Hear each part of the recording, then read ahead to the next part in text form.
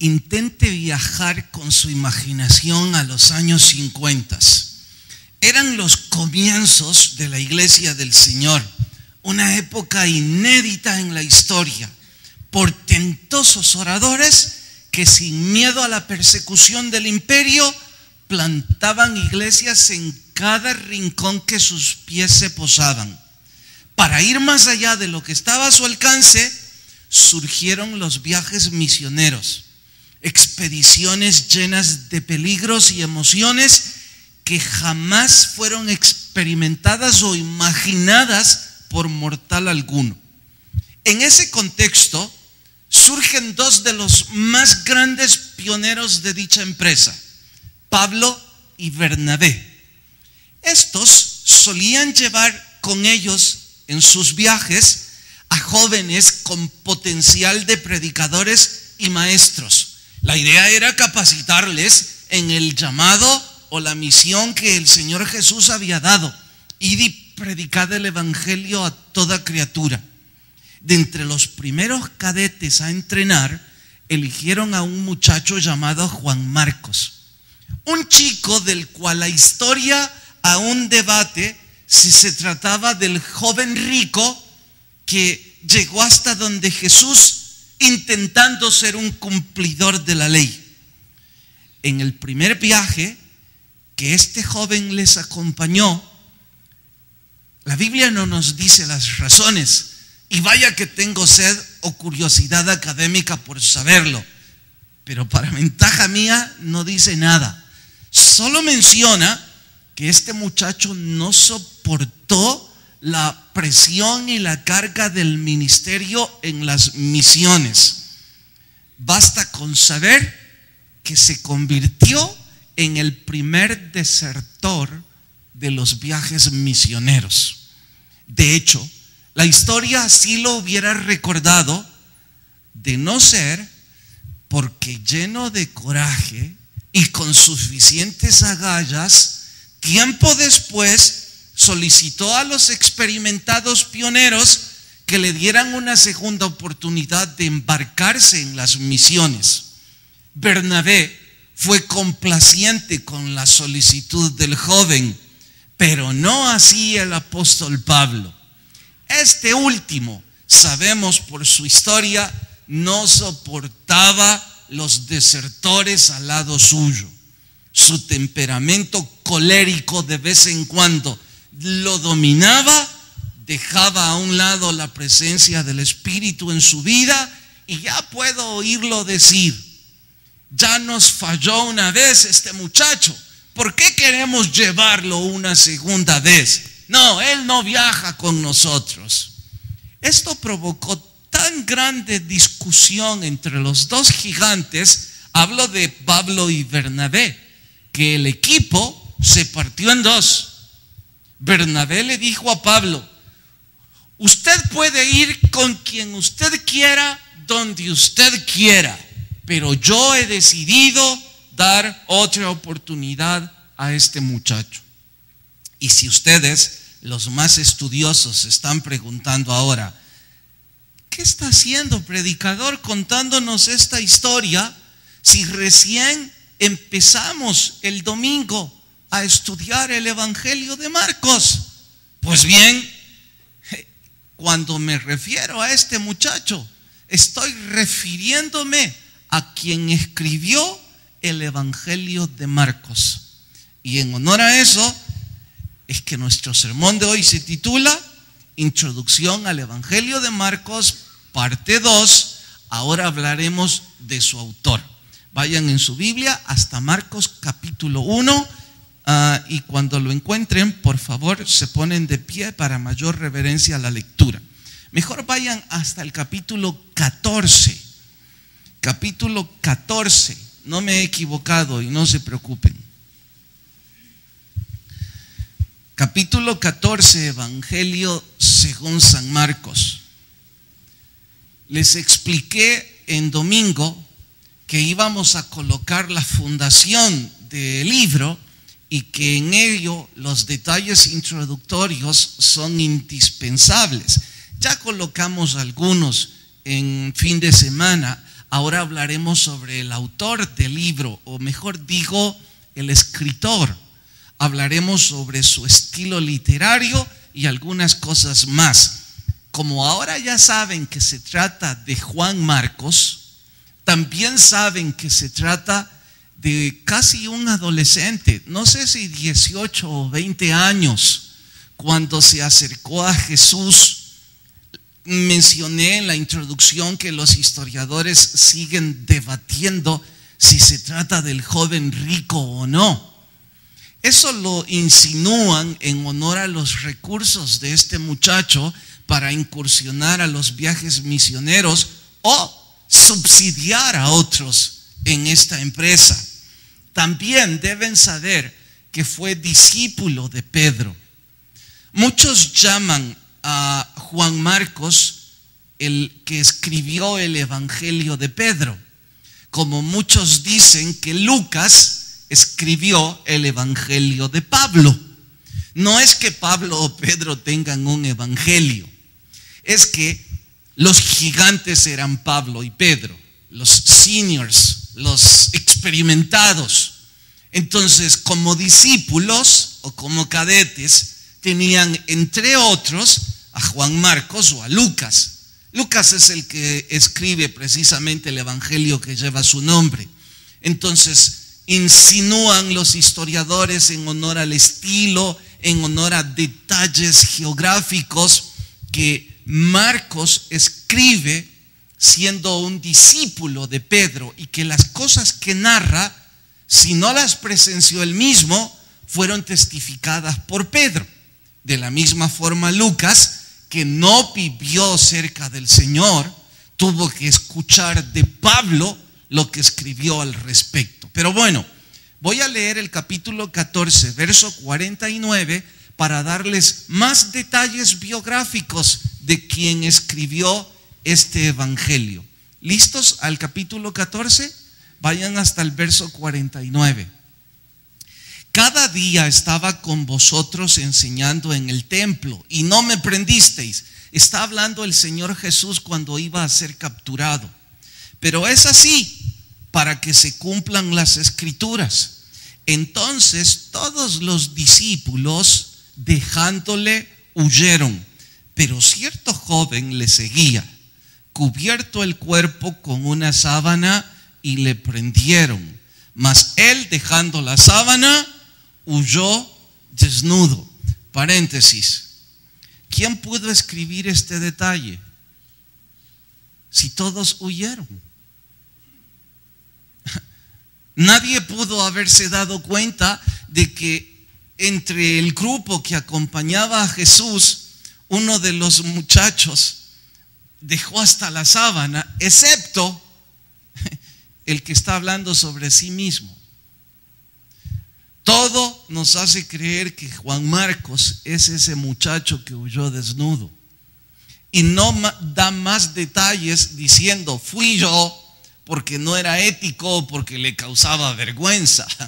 Pero todo nos deja entrever que está hablando sobre su persona. Bueno, de este Juan Marcos es del que vamos a hablar esta noche. Inclinan sus rostros y oramos. Señor, por favor, habla a nuestras vidas, lleva edificación, te lo rogamos a través del estudio de tu palabra, y que el esfuerzo de todas las personas que con amor y esfuerzo han venido a estudiar la palabra pueda ser recompensado, que ellos no escuchen mi opinión, mi voz, sino tu voz llegando a sus corazones y provocando cambios y una nueva vida en Jesucristo. Te pedimos la bendición en el nombre de Jesús. Amén. Pueden tomar su asiento.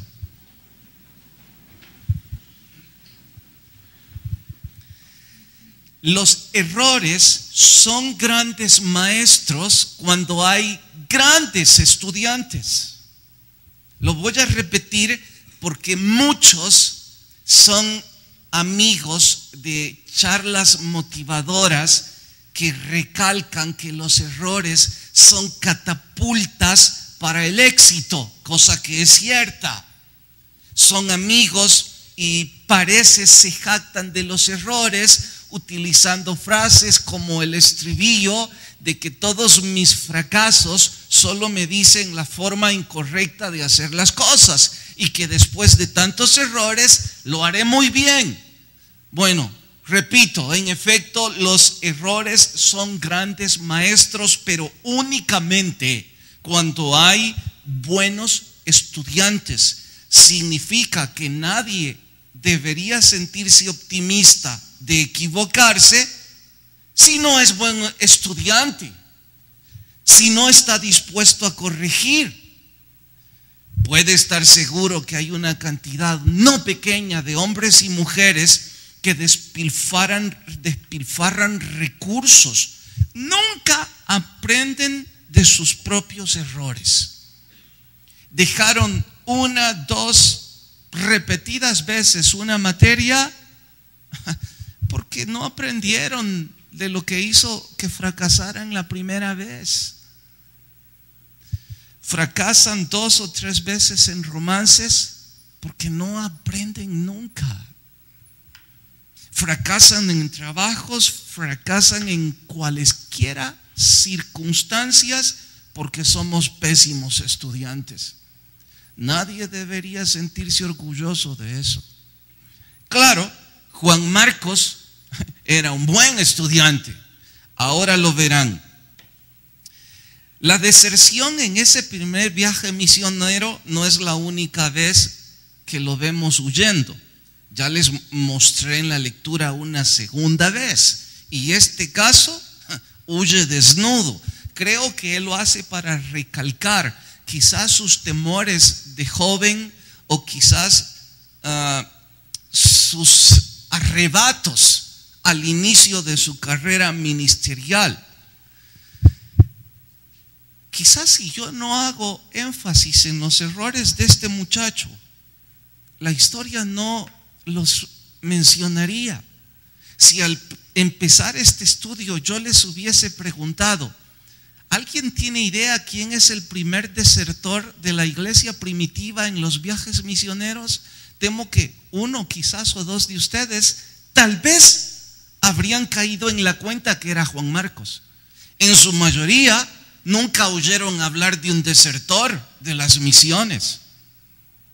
Y si pregunta, ¿por qué es que nadie habla de eso? Es que la historia no recuerda a este muchacho como un desertor. En lo absoluto.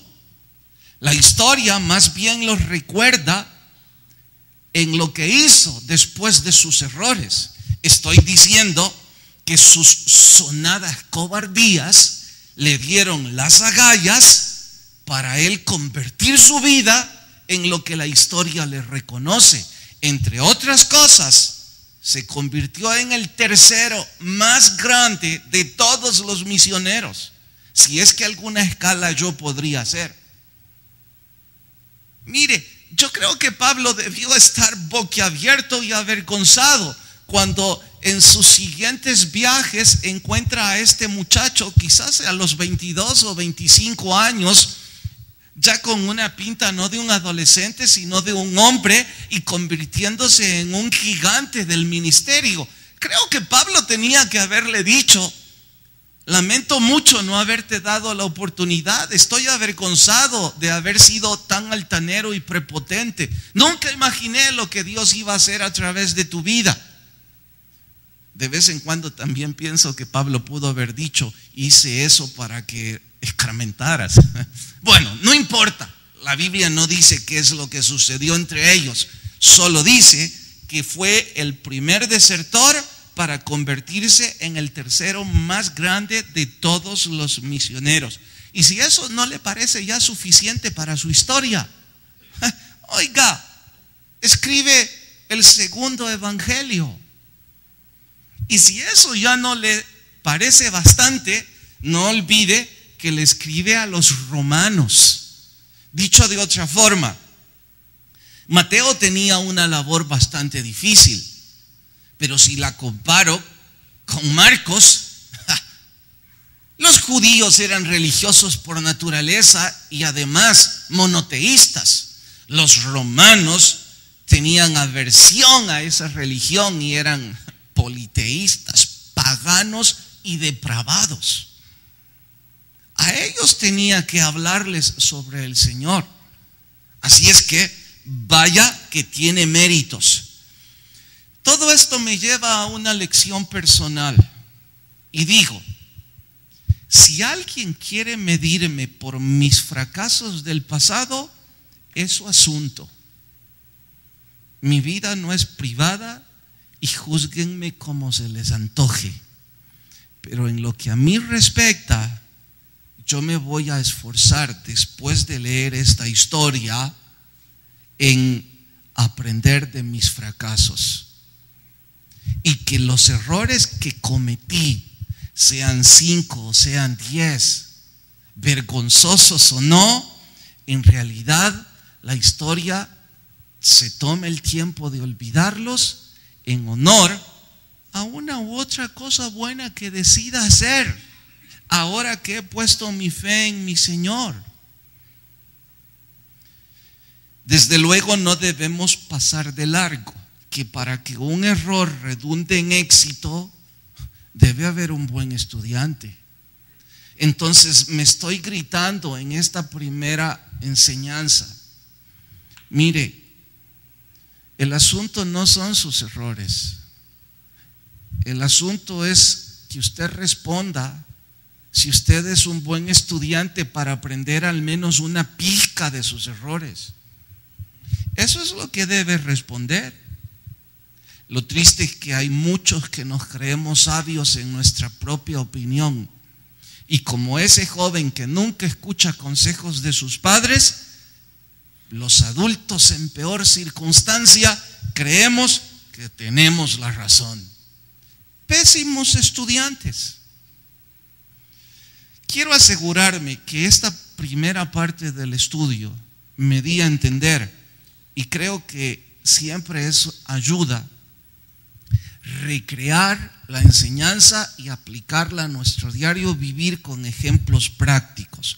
Por ello voy a suplicar que alguno de ustedes aporte para que esto quede más claro. ¿De qué hablo?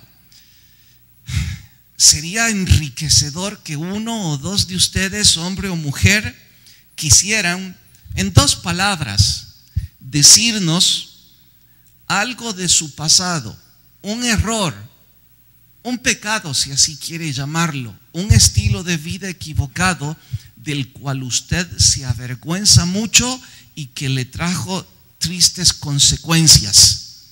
Desde luego no queremos que sea indiscreto, preferiblemente alguien que ya ha compartido su testimonio en público, que puede hacerlo con mayor libertad. ¿Qué es lo que estoy sugiriendo ahora? La dinámica que cada quien tiene que hacer más tarde en la oración de su propia vida. A ver, ayúdenme. El punto ahora es hacer un inventario. Nuestra vida, hemos hecho cosas, algunos de nosotros, de las cuales nos avergonzamos mucho y son errores. Hay que escribirlos y decir esto y esto. Bien, ¿alguien quiere ayudarme y sugerir? No sugerir, testificarnos de su pasado 2 cosas de las que se avergüenza mucho? Nomás uno a la vez. Oscar.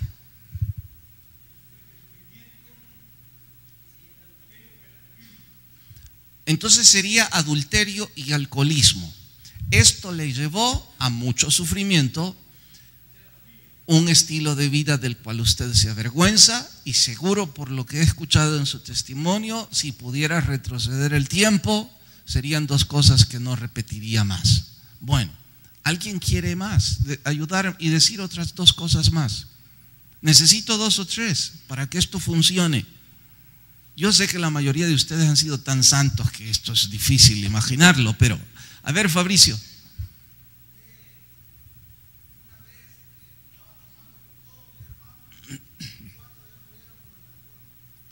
Alcoholismo, entonces, de esa adicción, de hecho ya 4 fallecieron por alcoholismo. Bueno, Tony, también alcoholismo. Olvidemos alcoholismo, digamos abandonar hijos. No digamos si los abandonó por alcoholismo, por irresponsable, por drogas o porque le dio la gana. Digamos el error, abandoné a mis hijos. ¿Algún otro error, hermano? Espéreme. Hermanas, ¿tan santas están? ¿No hay nada que ustedes pudieran ayudarme y testificar para hombres y mujeres? Pero bueno, hermano, ¿el qué? No pagó los diezmos. Bueno, gracias, hermano. A usted lo debería pasar aquí al frente y que les cuente. Ok. ¿Eso le trajo consecuencias? ¿Me las dice para que alguien no diga eso? El pastor se lo puso en la boca. ¿Perdón? Sí, ¿qué consecuencias le trajo? Ok, bueno, gracias. Hermanas, por favor, una de ustedes. Sí, por favor. Haber tenido más de una relación. No voy a empezar que 4 a la vez. Ella dice que en su vida 4, eso le ha traído sufrimiento, tristeza, dolor. Gracias.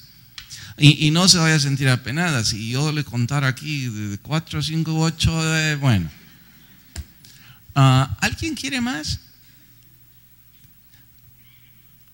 Son mis puras imaginaciones. No hay chicas aquí, y que eso no lo deberían decir, desde luego, que por entregar su cuerpo a un hombre que no las amaba y que tampoco amaba al Señor, no solo entregaron su virginidad, su pudor, sino que también arruinaron la mitad de sus vidas. Sé que eso no lo pueden decir, o quizás sí, ¿verdad?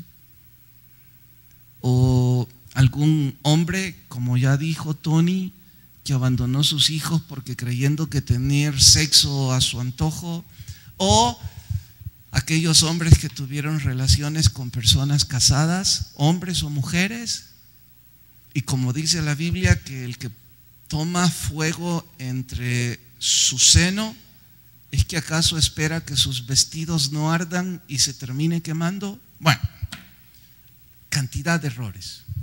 Ahora que ya hemos recreado el asunto, pregunto, ¿qué aprendimos? Voy a ir en el mismo orden. ¿Dónde empecé? Oscar, ¿qué aprendió?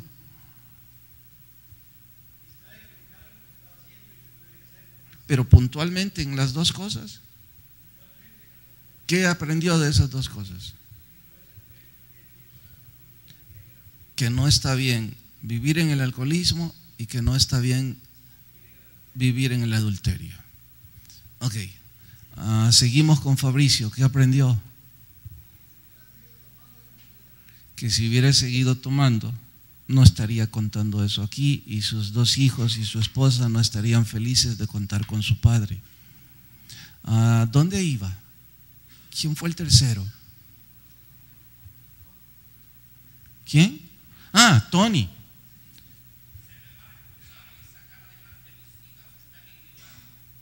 ¿Cuántos hijos tiene?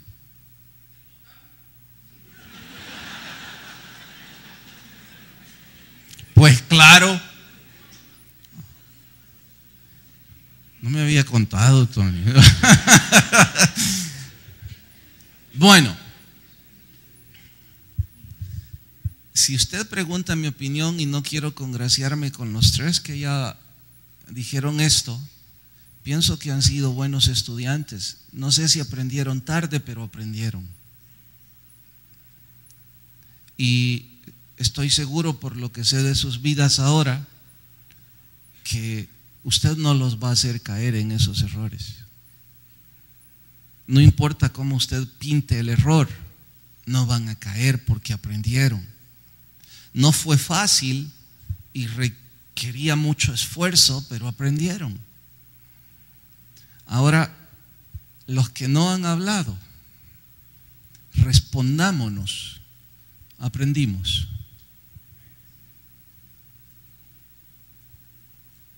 Aprendimos después de la última parranda. Aprendimos después del último citatorio en el juzgado. Aprendimos después de la última vez que nos iban a descubrir en ese adulterio o esa fornicación. Aprendimos después de la última vez que usted estuvo angustiada porque su menstruación estaba atrasada y en esa quinta o sexta semana, no sé cuántas son, ayunó todos los días. Ay, pastor, ¿cómo supo? ¿Se le nota? La pregunta es, ¿aprendió?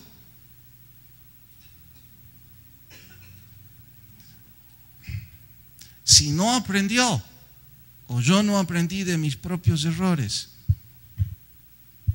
nunca los errores van a ser un buen maestro, solo van a ser nuestros esclavizadores. Me dijo un buen amigo de la iglesia esta semana: estos días que me he distanciado de la iglesia por mi forma de pensar, sí que los he pagado, dijo. Ya aprendí, me dijo. Creí que podía resolver dedicando a mi filosofía de vida. Bueno, los buenos estudiantes aprenden de sus errores. Ahora, los que ya no somos jovencitos, usted y yo ya no nos tienen que convencer. A los jovencitos, a los que están 30 años abajo y están pensando cuando escuchan los ejemplos que ellos han citado: no, yo no voy a caer en eso, él o ella porque no supieron controlar. Oro al Señor que sus palabras no sean su propia condena. Oro que su soberbia e indolencia no se conviertan en sus propios jueces. Porque lo que puedo percibir, ahora que ya no soy un jovencito, en la indiferencia de muchos jóvenes que vienen a la iglesia, mire cómo lo digo, la indiferencia de algunos que vienen a la iglesia, que temo que están aquí porque sus padres los obligan o porque el deporte los tiene aquí. Pero ellos se creen tan inteligentes, tan fuertes, tan atractivas, que de no ser eso, buscar de cosas espirituales, eso es para enfermos, para adictos, para viejitos. Sus palabras pueden ser su propio verdugo, por su necedad y por ser un pésimo estudiante de su propia vida.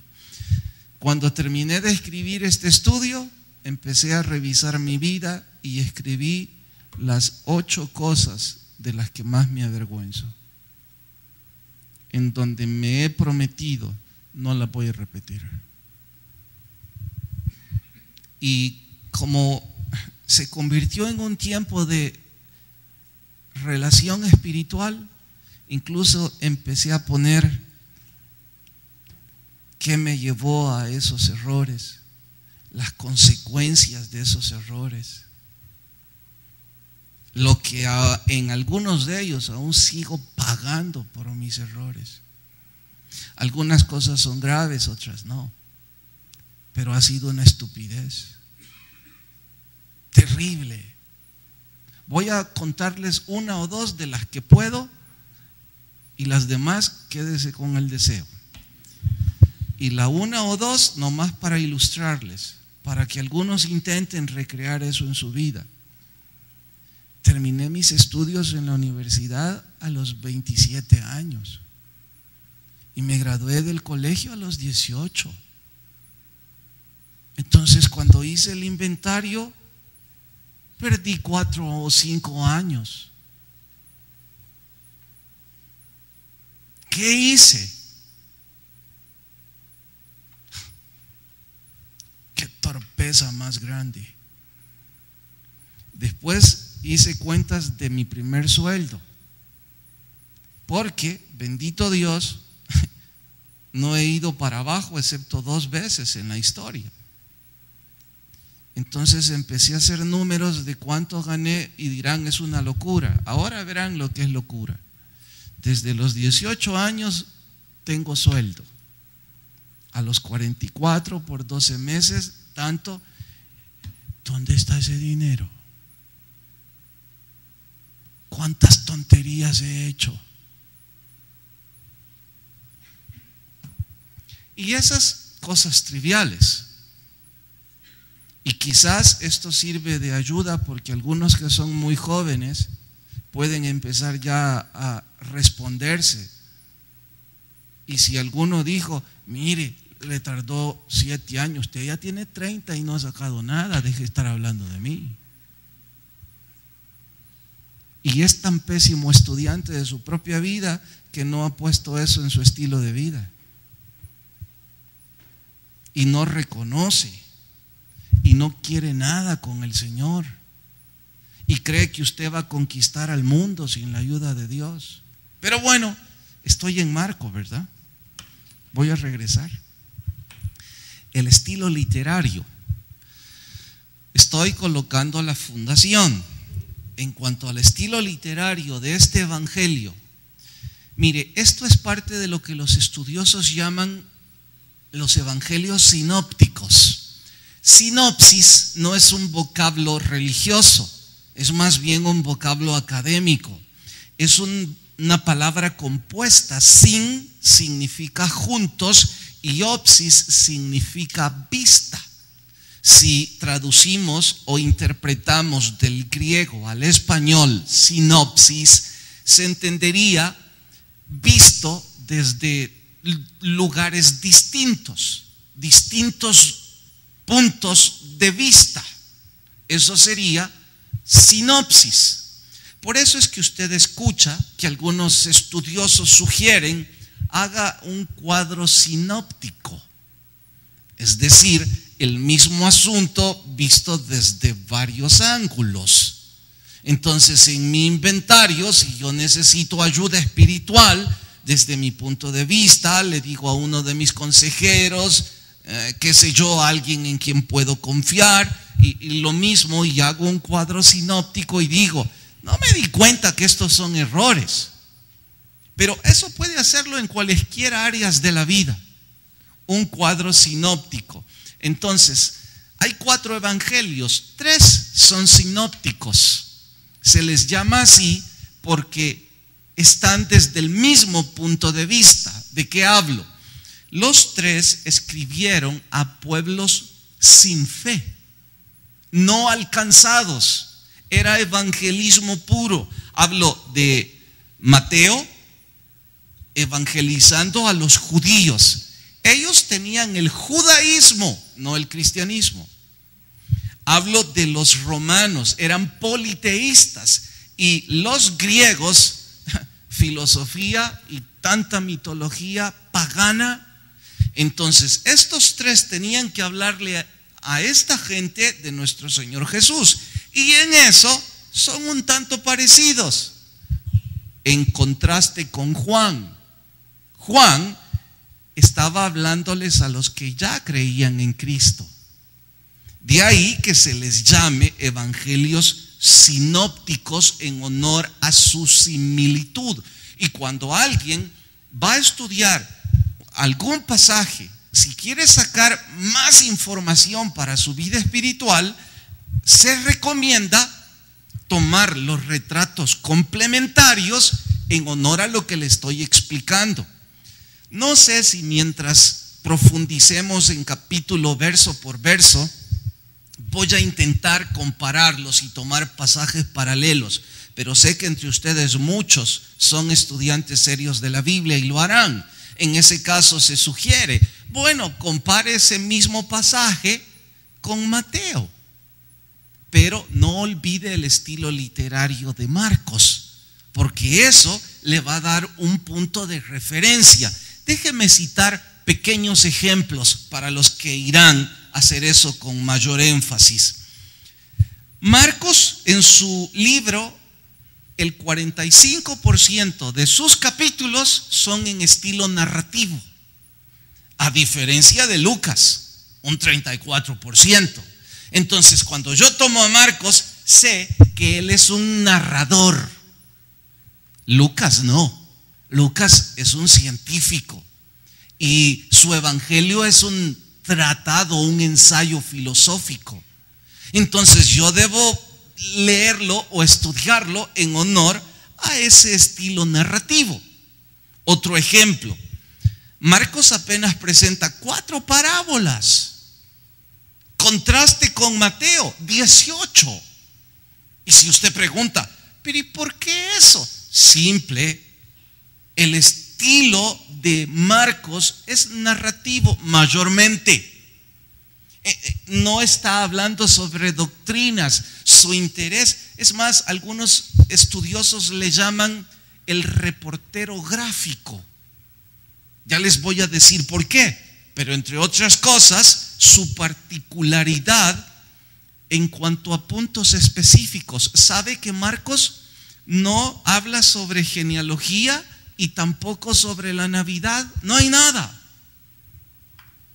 Tanto que los escépticos, la alta crítica, que yo les llamo alta ignorancia, alguna vez sugirió que Marcos no debía estar en el canon bíblico por su falta de seriedad. Escribieron, porque no habla sobre el nacimiento del Señor ni menciona su genealogía. Por favor, olvidan a quién Marcos escribe. Marcos escribe a los romanos. A los romanos les importa nada la genealogía israelita. Y mucho menos quieren saber sobre el advenimiento de un Dios que nace en un pesebre. Por eso es que Marcos obvia esos asuntos y va de lleno a lo que los romanos sí querían saber: un Dios que obra milagros. De hecho, es uno de los que más milagros narra, porque su estilo corresponde precisamente a eso. Ahora, en cuanto a ser un orador portentoso, como pocos, no me atrevería a compararlo esta vez con los otros 3, pero este es uno de esos que ocupa vocablos como Talita Kumi, Abba Padre, Eloí, Eloí, lama sabactani o Gehenna. No eran parte del griego y muchísimo menos del latín. Algunas eran deformaciones arameas, otras eran como vocablos propios de los judíos. Entre ellos le menciono: Abba Padre, traducido al español es papito. Marcos es el que ocupa eso. Cuando escribe la Masabactani, se refiere al clamor de un bebé hacia su padre, un reclamo. Y lo usa cuando Jesús está en la cruz preguntándole a Dios por qué lo ha desamparado. Si usted pregunta ahora, ¿y por qué hace eso? ¿Por qué ocupa esos vocablos? Porque los oradores portentosos de aquella época, de vez en cuando en sus oratorios, sacaban como un as debajo de la manga un pequeño vocablo que los demás parecían no entender, pero estimulaba el intelecto para que fueran a estudiarlo. Marcos hace eso con maestría. Y cualquier lector serio de la Biblia, cuando empieza a leer el Evangelio y encuentra esas frases, obligadamente va a buscar ¿qué significa esto? Y entonces lo hace sumergirse más en el estudio y uno descubre que Abba Padre es una expresión propia de un bebé que le dice a su papá con cariño y con amor: papito. Y los que somos papás sabemos que cuando uno de nuestros hijos nos llama papi con un especial corazón, es tan difícil decir no. No estoy hablando cuando hay cinismo: papi, me podés dar dinero, esa es otra historia. Estoy hablando de un sentimiento genuino. Bueno, él intenta poner eso en su narrativa. Y lo de reportero gráfico es porque vamos a encontrar en Marcos detalles que los otros no le prestan atención. Cito de ejemplos. Dice: estaban sentados sobre la hierba verde. ¿Y a quién le importa que la hierba era verde? Bueno, descubra por qué. Alguna razón tuvo. De igual forma dice: un joven que huyó desnudo.